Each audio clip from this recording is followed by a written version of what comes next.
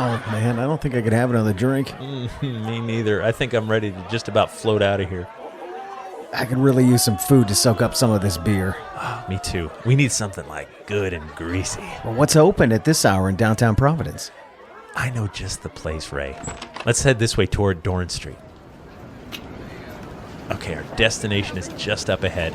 Illegally parked, by the way, right next to City Hall by Kennedy Plaza. Yes, a food truck. That's perfect. And it's not just any food truck. This is Haven Brothers. This isn't just the longest operating food truck in Rhode Island. It's the longest running in the nation. This place has been a Providence, Rhode Island icon since the year 1893. Hey, I'm Jeff Belanger, and welcome to episode 401 of the New England Legends podcast. 401. That's perfect. I know, right? Well, 401 is the area code for all of Rhode Island and has been since 1947. That's right. That is the area code here. Thank you for joining us on our mission to chronicle every legend in New England one story at a time. We're always on the lookout for roadside oddities, wicked strange history, ghosts, monsters, and the just plain weird.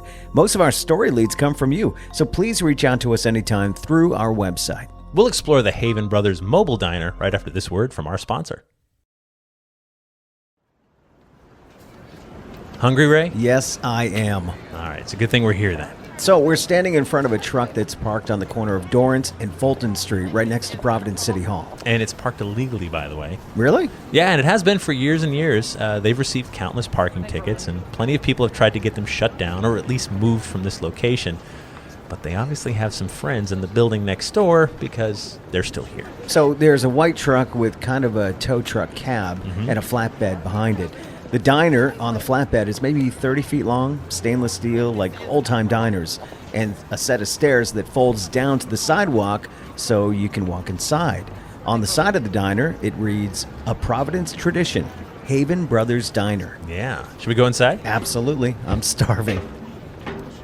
Ooh, it's cozy in here. It is. There's a couple of stools, very cramped. Yep. And there's a sign that says, "Welcome to Haven Brothers Diner, the oldest operating diner on wheels, established 1893. Yeah, this food truck on wheels goes back a long way. Back before there was an automobile to pull it. Now, I'm looking at the menu. They have a ton of milkshake flavors. 150 flavors if you're counting. Yeah, there's a ton. And the rest of the menu has the kinds of items you'd expect: fries, sandwiches, burgers, and hot dogs. They also have an item called the garbage plate. It's a bed of French fries topped with mozzarella sticks, chicken tenders, and nacho cheese. Yes, we're getting that. Oh, and maybe we pair it with their triple murder burger. My God, I hope there's a defibrillator around here somewhere. There has to be. Okay, to find out how this icon got here in downtown Providence, let's head back to the year 1893. It's June of 1893 here in Providence, Rhode Island. Back in March, Grover Cleveland became the first president of the United States to serve a second non-consecutive term. He was president from 1885 to 1889. Then there was President Benjamin Harrison, and now Cleveland is back. Locally, the people in Providence are buzzing about the trial of Lizzie Borden, which just began nearby in New Bedford, Massachusetts. Yeah, there's a lot happening politically in the news, but the biggest concern for most people is the economy. America's in an economic depression that started back in February. Unemployment is skyrocketing. The banks are in crisis, but still, Providence is building and working where it can. Construction projects from bridges to buildings are keeping Providence working, and all of those workers are getting hungry. Enter Anne Philomena Haven. Anne is an immigrant whose husband Patrick has recently passed away. Now, fortunately for Anne, her husband left her with a life insurance policy, so she's come into some money. Now, she could go and try and live on the payout, but she'd rather get herself busy. Anne likes to cook. She likes being busy, and that's when she gets an idea. Anne gets herself a horse-drawn wagon. She paints the sides of the wooden wagon with country scenes so it stands out, and her plan is to sell lunch foods like sandwiches, soups, and pies to workers from her cart. Anne brings her wagon around to various factory and construction sites and quickly becomes a success. Hungry people flock to her wagon to fuel up before getting back to an afternoon of work. The more Anne continues to show up at the same places at the same time each day, the more local workers count on her food. Some stop packing their own lunches and figured they'll just buy food from Anne. The grub is good. Her prices are reasonable. And Anne loves the work. She feels useful. She's feeding others, and she's making a pretty good living for herself in a time when not too many women are out there in the workforce. Considering women aren't even allowed to vote, this job makes her feel seen, too. Anne's family refers to the wagon as the lunch cart. No matter what you call it, as months pass, the food wagon is quickly becoming a rolling Providence landmark. A few years pass, and the reputation of Ann Haven's food wagon is still growing. Now in her 60s, Anne finds herself needing more help to keep up with the demand. So her daughter Catherine and Catherine's husband Dennis Gannon take over the operation of the mobile diner. And pretty soon, Catherine and Dennis bring on their 2 sons, William and John. And then one food wagon becomes 2. It's a new century, and Providence is growing. They call their food wagons Haven Brothers as a nod to founder Anne and the 2 brothers who helped run the business. By 1930, Haven Brothers has a fleet of mobile dining cars that are popping up all over the city in various neighborhoods. Everyone knows these wagons for good food and fair prices. And that brings us back to today. So there's a lot more to say about this one. Yeah, there is. Now, some signs claim the mobile diner was established in 1888. Others say 1893. I guess we won't argue too much about a few years. Either way, it was long ago. That's fair. In the 1950s, the company purchased a vintage 1946 silver diner trailer that was converted into the 30-foot by 10-foot trailer that we still see today. Back then, most of the other Haven Brothers wagons were taken out of service so they could focus on the main one. There have only been 3 owners of the business. There was Ann Haven, who started it. In 1953, the family sold the business to the Malacone family. And in 1986, the current owner, Sal Gusti, purchased the business. Today, his kids mostly run it. As Providence continued to grow, as second and third shifts began to pop up at various factories and businesses, people needed late-night food, and few restaurants were open for that. Haven Brothers was ready to fill a need. They switched from providing lunch to dinner and late-night food. In the 1990s, the nightlife was also heating up in Providence. There was an opportunity to hit the bar crowd as they filed out of local watering holes. Eventually, Haven Brothers settled on this spot right here next to Providence City Hall. The hall closes by 5, and the food truck pulls in to its usual spot soon after, and it stays open till the wee hours of the morning. Over the years, there have been parking tickets, there have been people trying to get them to move, but at the end of the day, when something hangs in there this long, it becomes part of the city's identity. City officials let them stay. The Haven Brothers Mobile Diner has been a fixture in Providence since at least 1893. Almost everyone in town has eaten here at some point, as have their parents and grandparents. So it would make sense that they've got some friends in city government who dined here as a kid or even as an adult. Sometimes doing the right thing means to look the other way, especially when it comes to a legendary icon. Though Haven Brothers wasn't the first nor the last food truck, they are the only food truck to remain in operation for more than 130 years so far. This mobile diner has made its way down to New York City to park outside of Rockefeller Center for a spot on the Today Show. This was back in 2008. Hosts Meredith Vieira and Matt Lauer used to work at NBC in Providence, so for them, this was a familiar sight. The truck's also been featured on the Travel Channel show Man vs. Food Nation, and even had a documentary film made about it. I love that this place endures. To make it this long, they've obviously been doing something right. What do you think, Jeff? You ready to try the food? I'm ready.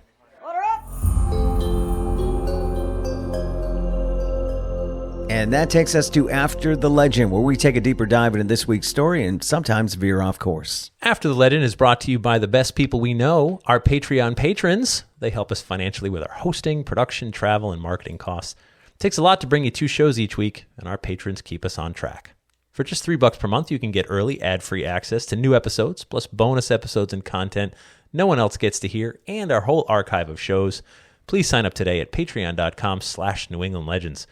And to see some pictures related to this week's story, click on the link in our episode description or go to our website and click on episode 401. Rhode Island area code. Rhode Island area code, which just worked out that way. This Did was it? Yeah.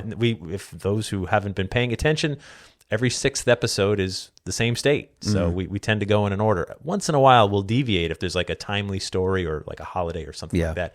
But this just happened to work out to 401. Crazy. I think that means we have to go down there and eat. Yeah, we have For real. We have to go back. It's I mean, the food is like the triple murder burger. Like, no joke. Sounds amazing. There better be a defibrillator. Like, when you order it, I bet they just sort of rest it on the counter and say like, just let us know. We're just going to leave this here. Yeah. Just in case. But at 2 a.m.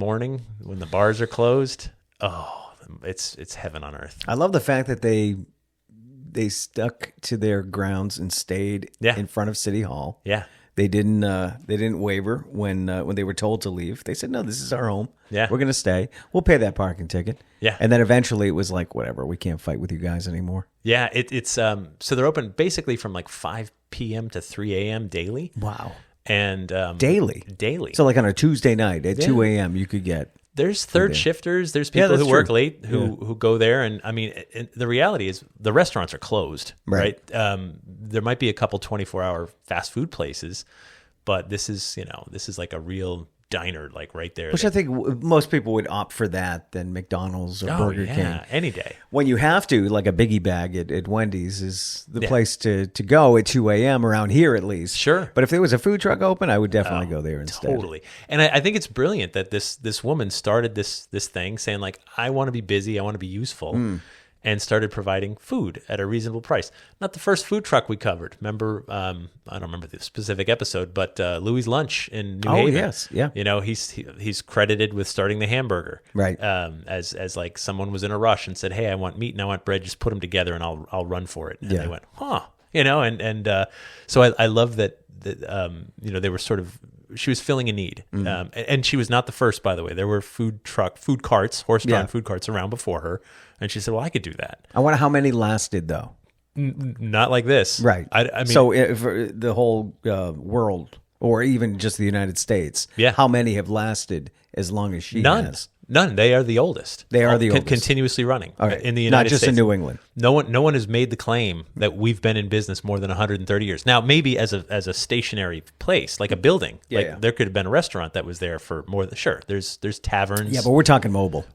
Like as in like it rolls. Yeah. Right. It's a whole other animal, by the way. Totally. It's not a restaurant at all. Well, it's serving food, sure, but it's not the same. Do you ever get sucked into food shows? Oh, absolutely, all the time. Yeah. So I was reading about how like the food truck is having such a renaissance right now. Oh, the Great American Food Truck Race. Have you seen that? It was like 7 or 8 seasons. It's fantastic. That's amazing. They all have there's 8 food trucks, and they're already established.